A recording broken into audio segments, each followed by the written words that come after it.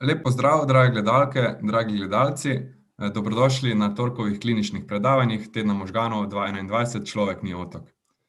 Veseli smo, da so naši gosti našli čas v svojih natrpanih urnikih, da skupaj z nami raziščejo ta čarobno kompleksen ustroj naših možganov skozi prizmo odnosov. Hvala tudi vam, naši poslušalci, da ste se odločili prisluhniti predavanjem, ki smo vam jih pripravili. Najprej nam bo profesor Zvezdan Pirtošek orisal, kako se naša družabnost odraža v strukturi in delovanju naših možganov in kako le to prizadanejo različne nevrodegenerativne bolezni, kot so demence. Sledi predavanje profesorja Gregorja Žvelca, ki bo govoril o pomembnosti psihoterapevtskega odnosa v psihoterapiji, na kaj mora biti terapevt pri vzpostavljanju dobrega odnosa še posebej pozoren in kako lahko pri klientu ta nova odnosna izkušnja pripelje do globinskih sprememb. Fizioterapevtka in andragoginja Maja Pavše bo spregovorila o pozitivnem vplivu živali na telesno in psihično počutje ljudi s poudarkom na vpliv živali na osebe z zdravstvenimi težavami. Sama se namreč ukvarja tudi s terapijo s pomočjo živali na Univerzitetnem rehabilitacijskem inštitutu Soča. Na koncu pa nam bo profesor Borut Škodlar predstavil svet umaknjenih in tihih ljudi, ki prav tako iščejo odnose in kako jim lahko pri tem pomaga psihoterapija.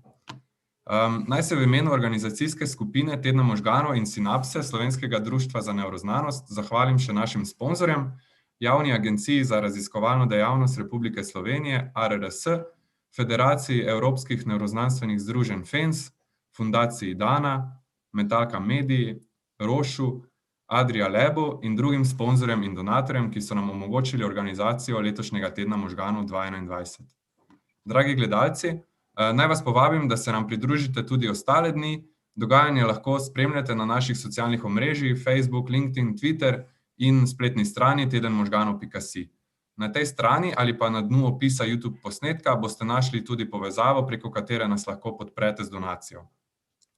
Z nami pa je že naš prvi gost, profesor dr.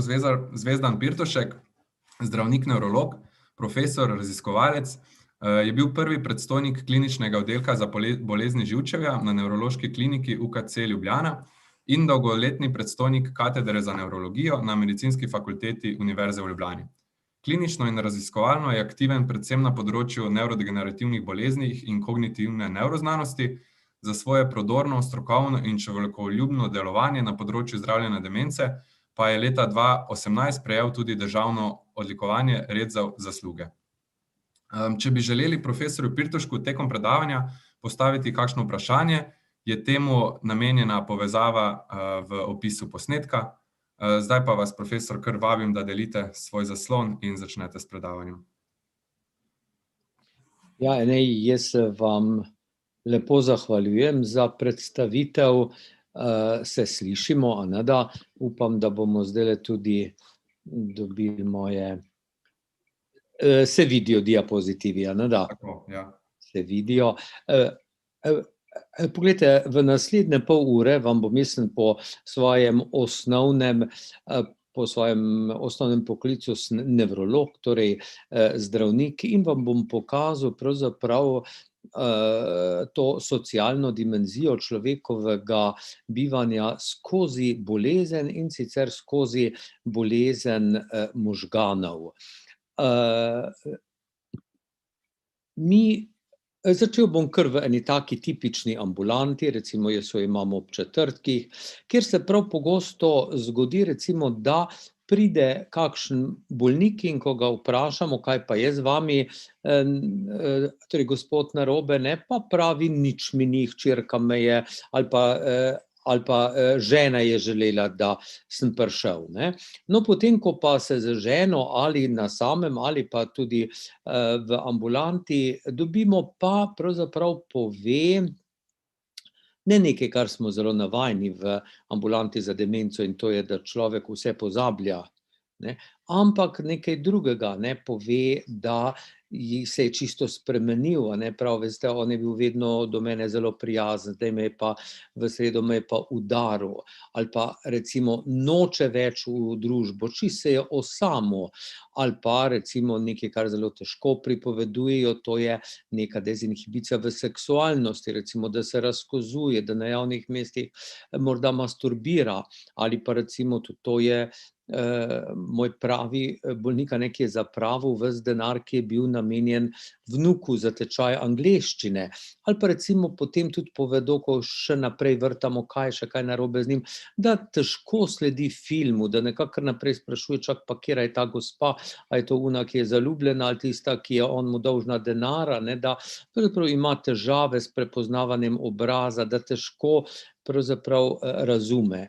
No, in ko ga in ko ga nevrolog pregleda, z takimi stvarmi, da naredi reflekse, da pogleda zenične, torej reakcije, da pogleda, koliko so mišice močne ali nemočne, mora pravzaprav nevrolog potem na koncu napisati, da je status popolnoma normalen, niti pri tem pregledu ni pomembno moten spomin. Vendar pa recimo, če se nekoliko bolj ukvarja z njim, lahko opazi, da je abnormen test po Luri. Kaj je zdaj test po Luri? Vam bom pokazal, pa mogoče to naredite sami doma, poglejte, dobro me poglejte, kaj bom naredil.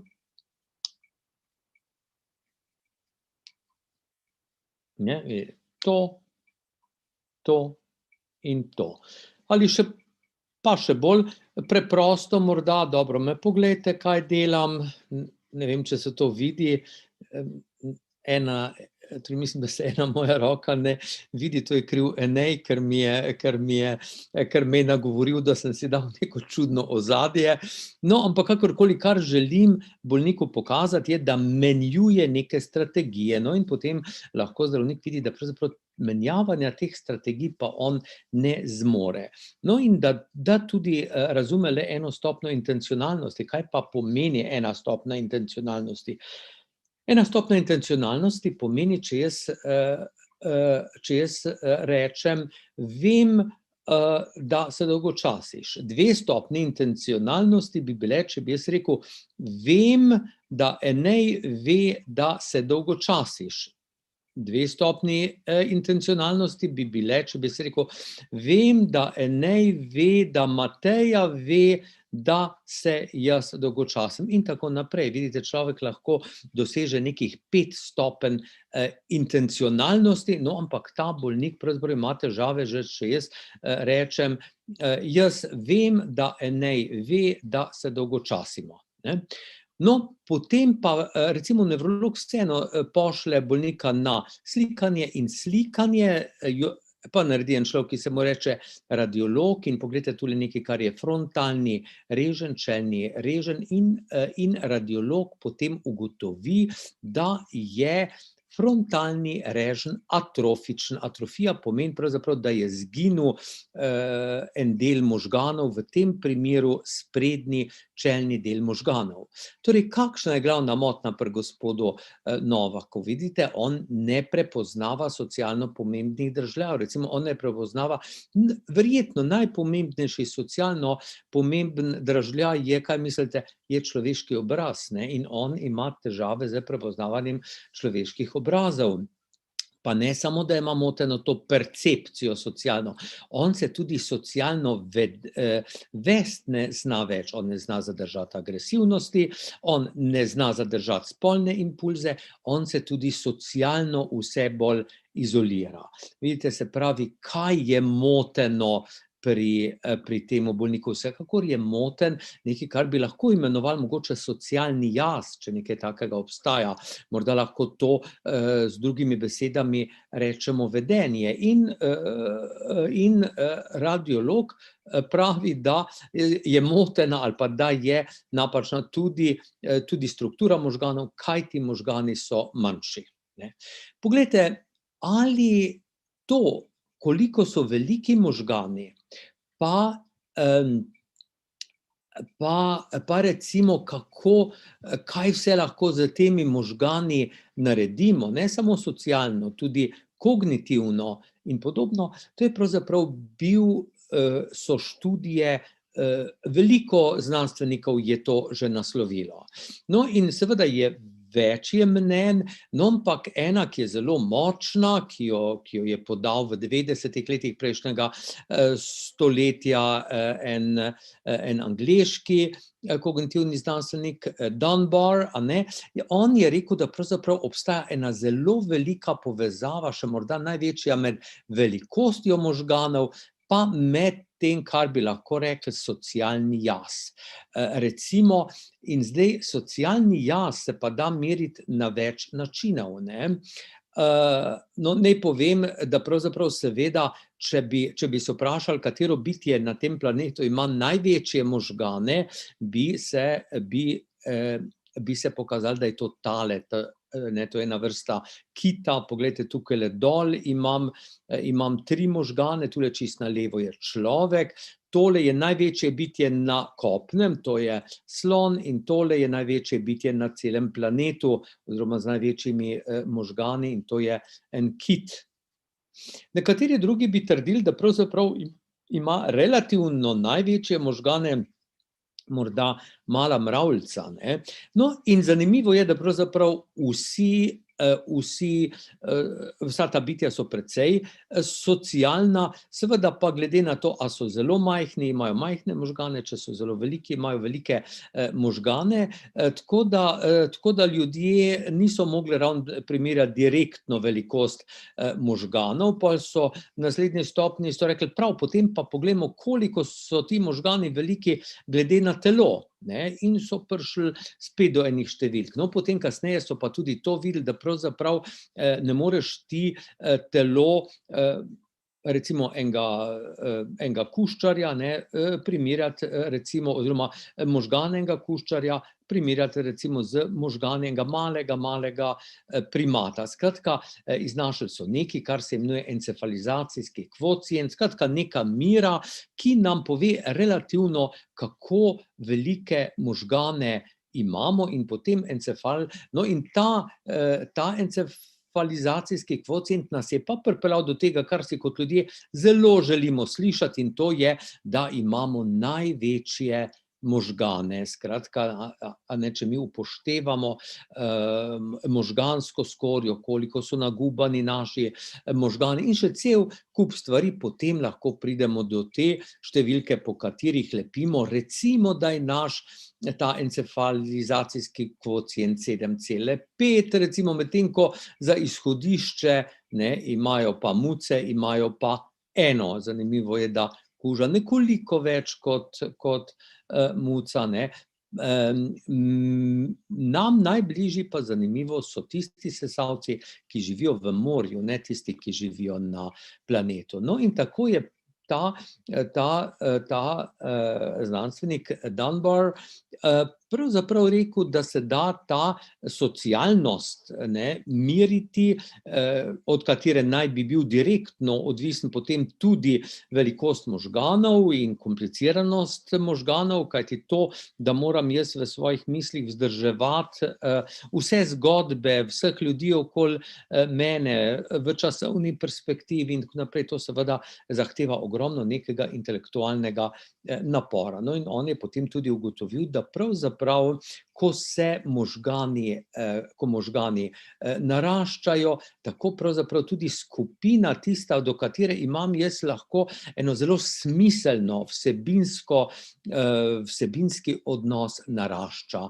No, in on je prišel, da ljudje imamo nek vsebinski odnos, lahko obvladovani odnos, tam nekje pri 150 ljudeh, a ne, to je recimo ena številka, kjer boste, če boste zelo, zelo pridni s karticami, boste recimo za novo leto, in če boste čisto vsem pisali, ki jih imate radi, bo lahko to 150 ali pa recimo e-mailov, a ne, kakih 150 mailov. To se sicer da razdeliti, a ne, po neki smešni številki 5, tako da približno 5 ljudi imamo, ki so nam resnično tako dragi, da pravzaprav pravzaprav brez njih naše življenje ne bi imeli smisla. Približno kakšnih 15 je naših zelo, zelo dobrih prijateljev, ne. No, 50 je prijateljev, 150 je pa nekih takih znancev, kamor sodijo tudi recimo sodelavci in podobno. Vidite, to Dunbarovo število, ki ga seveda tudi mnogi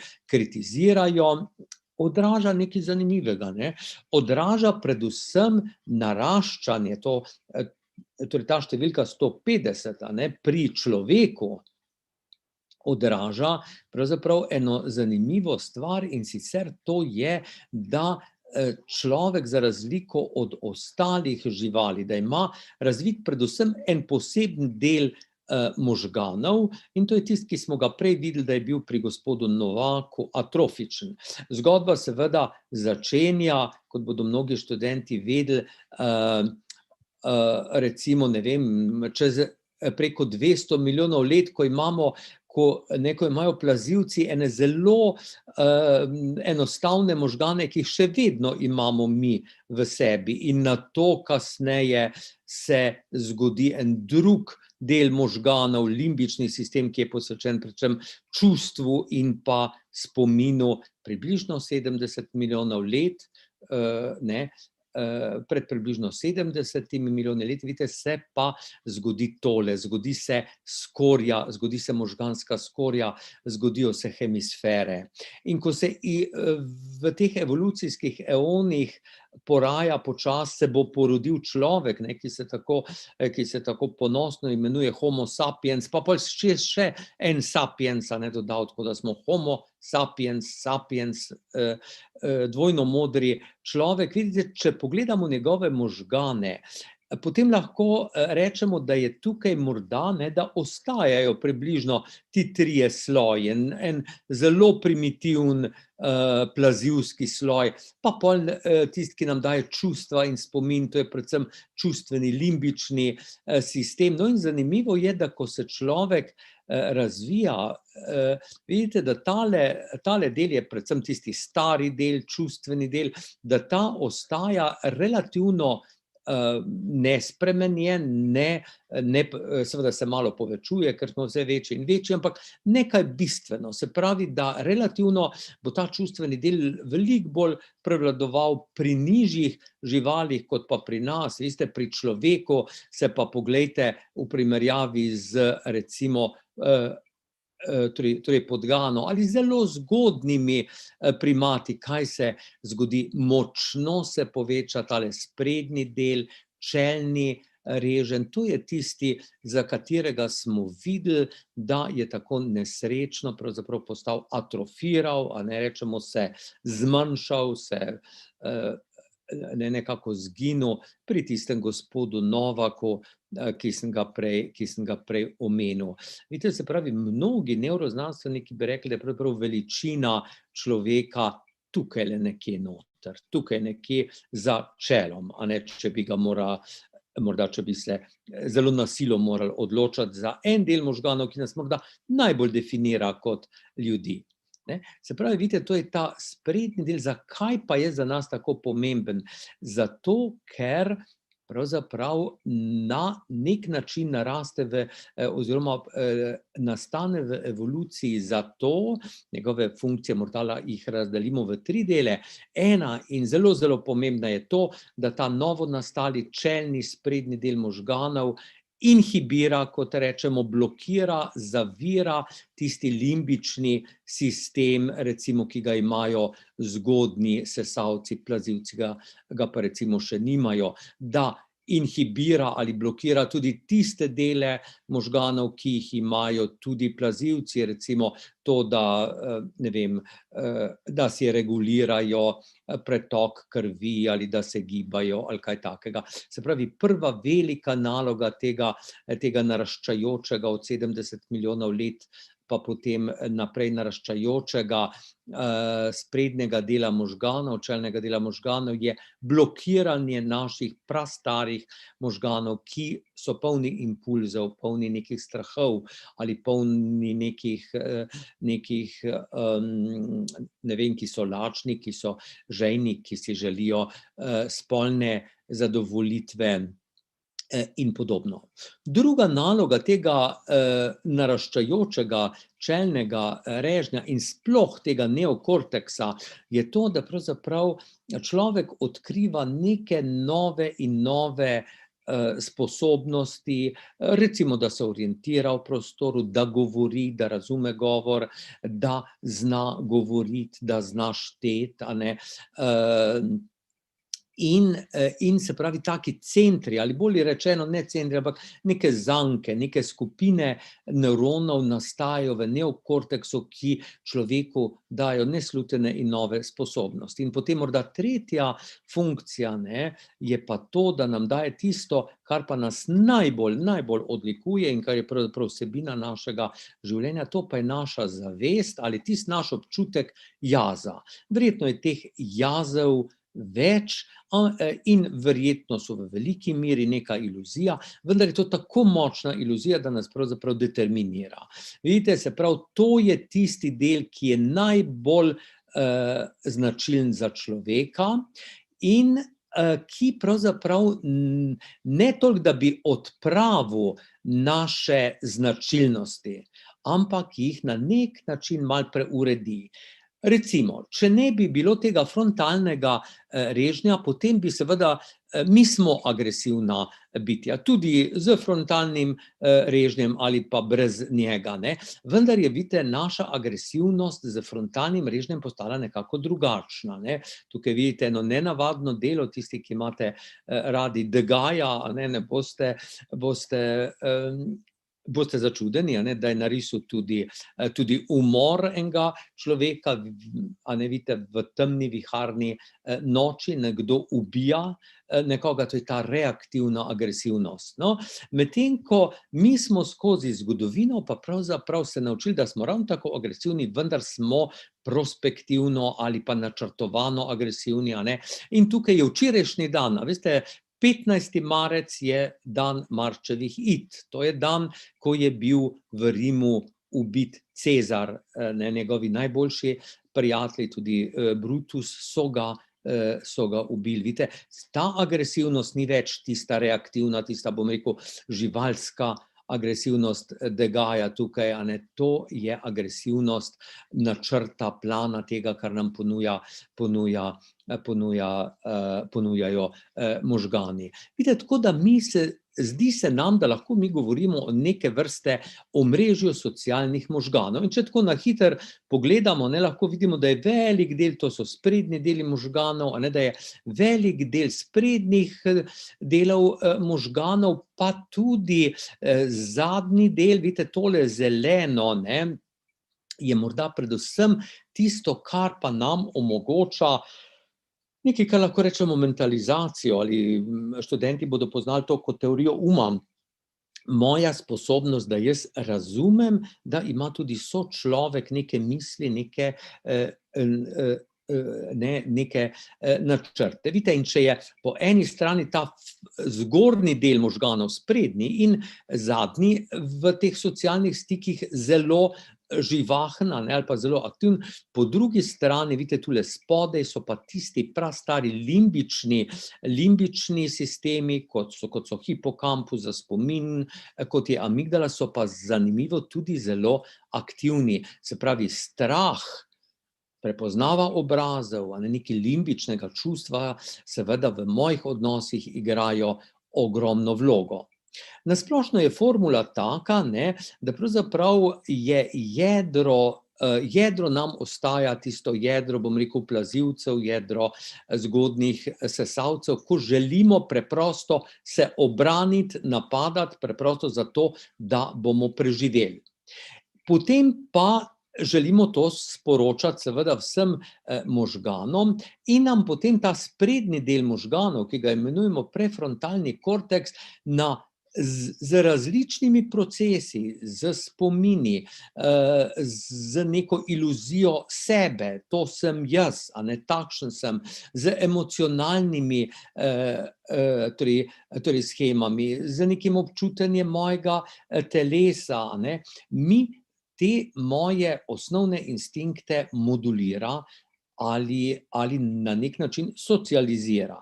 Vidite, In pri tem, ko je medicina oziroma ko je nevroznanost preiskovala vse te mehanizme, je prišla do nekih delov možganov, ki so pravzaprav silno zanemarjeni in ki šele s tem, ko smo se posvetili človeku tudi kot socialnemu bitju, postajajo pomembni. Tako kot recimo je za nevrologijo recimo, veste, pomemben motorični korteks, kjer je projekcija mojega telesa, pa če bom imel tam tumor, recimo ne bom mogel roko torej migati. Tako mi zdaj odkrijamo neke fascinantne, nove, malo mistične, skrite dele možganov, ki pa mi pomagajo, da se socializiram.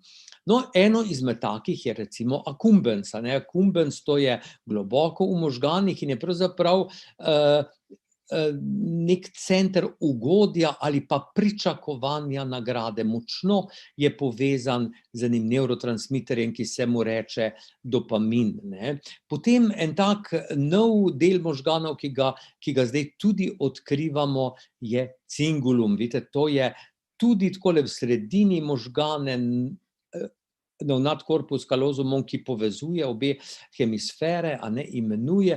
Imamo en tak čaroben gyrus cingulum, ki mogoče bi ga še najbolj tako splošno poimenoval, da ves čas monitorira naša čustva, monitorira naš razum, monitorira zelo pomembno našo bolečino in nato skuša to vse uravnotežiti. In tudi je razdeljen, tako da spredaj so bolj čustva. Vidite, tukaj, če bomo tule imeli neko okvaro, bo človek zelo depresiven, bo človek ne bo imel volje in danes, ko zdravijo depresijo, jo zdravijo tako, da električno stimulirajo tale del cinguluma. Nekje v sredini bo povezano z našim gibom in potem zadaj bo povezano z našo kognicijo in nekatere študije kažejo, da stanje tik preden pride demenca, blaga kognitivna motnja, da se tukajle začne motnja. Vidite, in pa en čudovit del inzula, vidite, to je tukajle globoko v možganih, kjer pa inzula je pa zbirališče naših visceralnih, skratka, telesnih impulzov. Moj okus, moj orgazem, moje delovanje črevesja, moje dihanje mirno ali ni. No, in pravzaprav je zanimivo to, da vidite, v inzuli in v cingulumu pa najdemo mi še nekaj, kar nas močno spominja na to, da se človek evolucijsko razvija v vse bolj socialno bitje, in to so ene von Economove celice, torej pred več kot stoletjem so bile odkrite, to so tile dolge torej celice, pa potem zelo zanemarjene. In zdi se, in te celice so povezane z socializacijo, imajo jih poleg človeka, ki jih ima ogromno, in v cingulumu in v inzuli, jih imajo sloni, imajo jih delfini, imajo jih primati. Samo zelo socializirana bitja.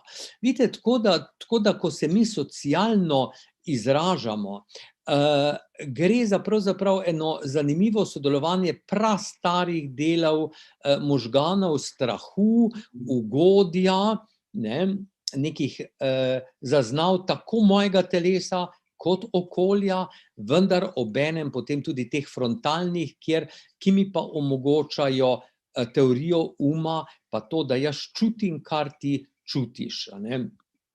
Vidite, se pravi, da te stvari se potem kot končna postaja zlivajo v frontalni reženj, ki pa smo si ga še pred kratkim predstavljali predvsem tako, da sprejema, pol pa naredi odločitev in nekaj reagira.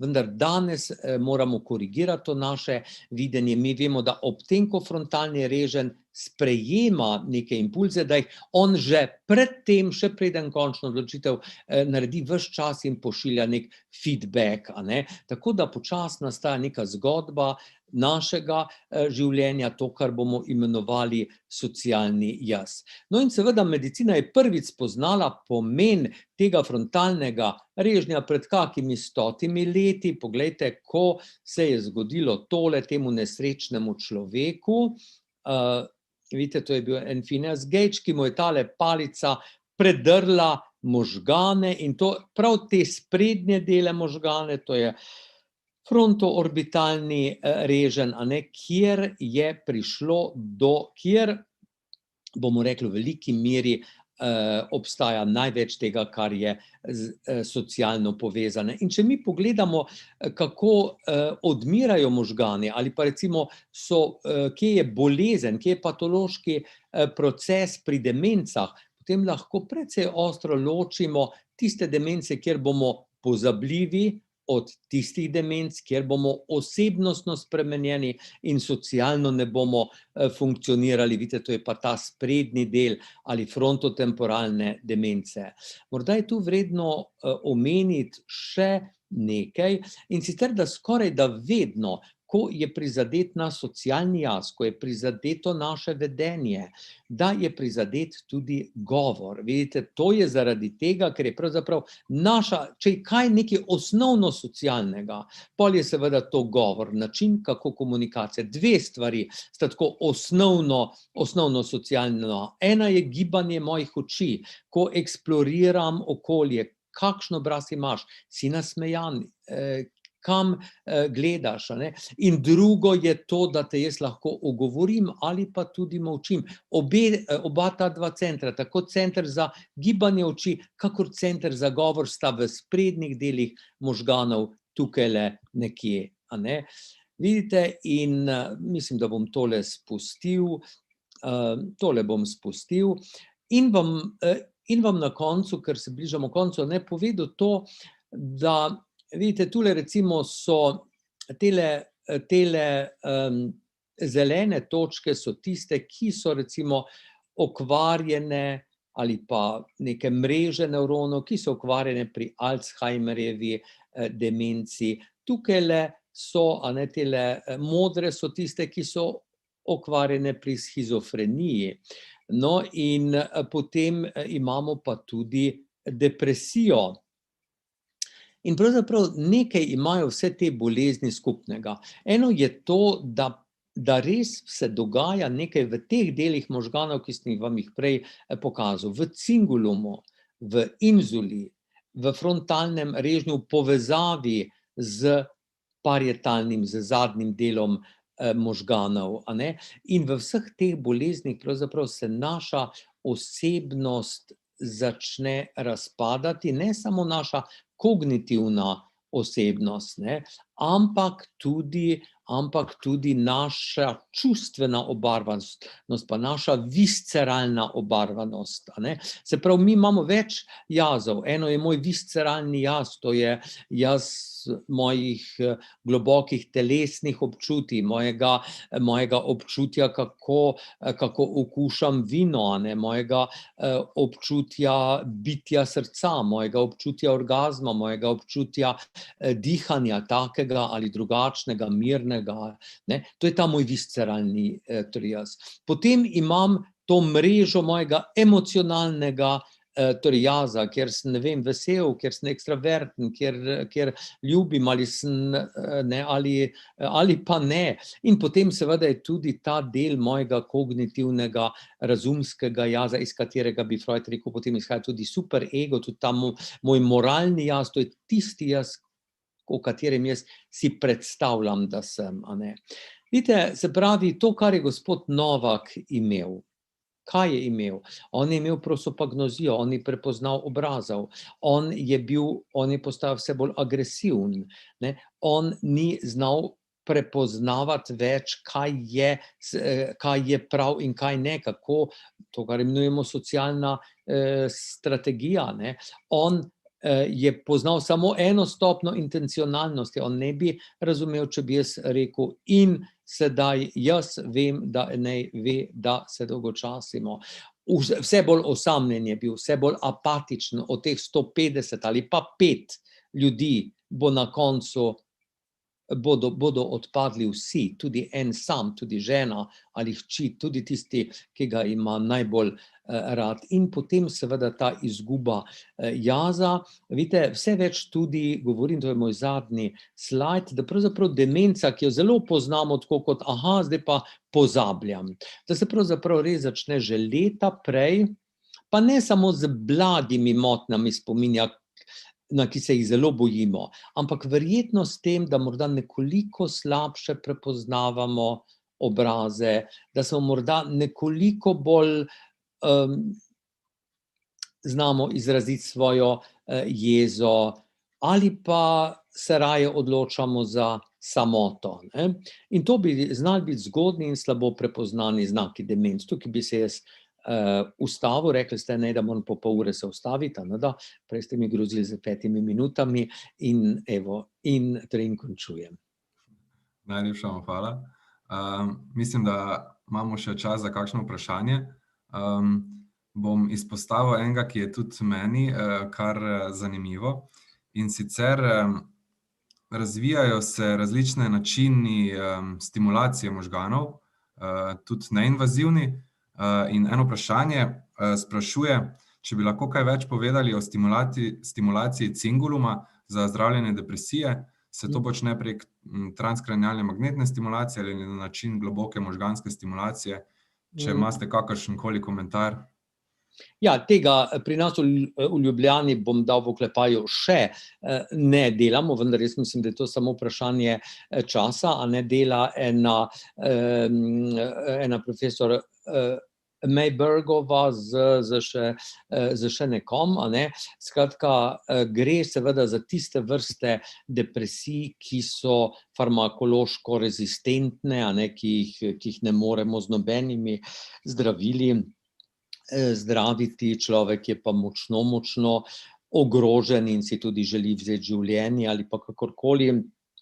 In seveda ravno ta globoka stimulacija nas je v zadnjih letih, mi smo teoretično že prej vedeli, ne, da je ta subgenualni, tisti čisto sprednji del, a ne, če pokažem, ne vem, če pokažem čisto sprednji del tega cinguluma, ne, pod tistim zavihkom dol, da je močno povezan z depresijo, z abulijo, ne, z tem, da jaz nimam volje, z tem, da jaz nimam nobene motivacije, ne, tako da je ta lahko ločen simptom, samo to, da pač nimam nobene volje, ne, pa še nisem depresiven, ampak pogosto je pa to povezano tudi z hudo depresivnostjo. No, in ena serija bolnikov, ki so jim z globoko možgansko stimulacijo dražili ta sprednji cingulum, skušali so pravzaprav več jeder, ampak recimo ta sprednji cingulum nam je bil tem bolj zanimiv zaradi tega, veste, ker pravzaprav tako lepo pade v mrežo teorije, ki jo imamo, ne. Mnogokrat pri globoki možganski stimulaciji mi nepričakovano pademo ali pa ne, ti kirurgi padejo po nerodnosti v neko jedro in potem se zgodi nekaj, kar morda sploh nismo pričakovali, ne. Eno tako zanimivo jedro je tudi klaustrum, če je kak medicinec bo vedel, da je to del bazalnih ganglijev, kjer so recimo pred nekaj leti čisto slučajno po pomoti mi je zdrsnila elektroda tja noter, no, in kar se je zgodilo, je bilo fascinantno, recimo v trenutku je človek, veste, kaj se je zgodilo, njegova kakršnakoli reaktivnost, kognitivnost, ne, se je izpraznila, kot da bi se vse izlilo iz njega, tudi se potem, oziroma iz nje, to je bila ena bolnica, skratka, tudi se ni spomnila, ni bila v komi, vendar naenkrat je vsa vsebina njenega življenja, njenih trenutnih doživljanj se je izpraznila, ne, in klaustrum. Tudi recimo neko jedro, kjer se ogromno steka teh stvari. To je zanesljivo, da je to neka bodočnost, vendar ne tako primitivna kot danes, kjer moramo odpreti možgane pa iti z elektrodo noter, ampak bomo in to pri Parkinsonu recimo že počnemo, ne, da skušamo recimo z ultrazvokom, ali pa sem prepričan, da bo še cel kup nekih drugih metod, ki nam bodo neinvazivno, kot je spraševalec, poslušalec zelo lepo sam omenil, ne, da bo pomik v neinvazivne dele. Ja, najlepša hvala za odgovor. Morda na tej točki kar zaključimo, da še si privoščimo malo odmora. Iskrena hvala še enkrat za odziv na naše povabilo. Upam, da se še mnogokrat srečamo na podobnih dogodkih. Pa nasvidenje. Ja, hvala lepa vsem. Srečno.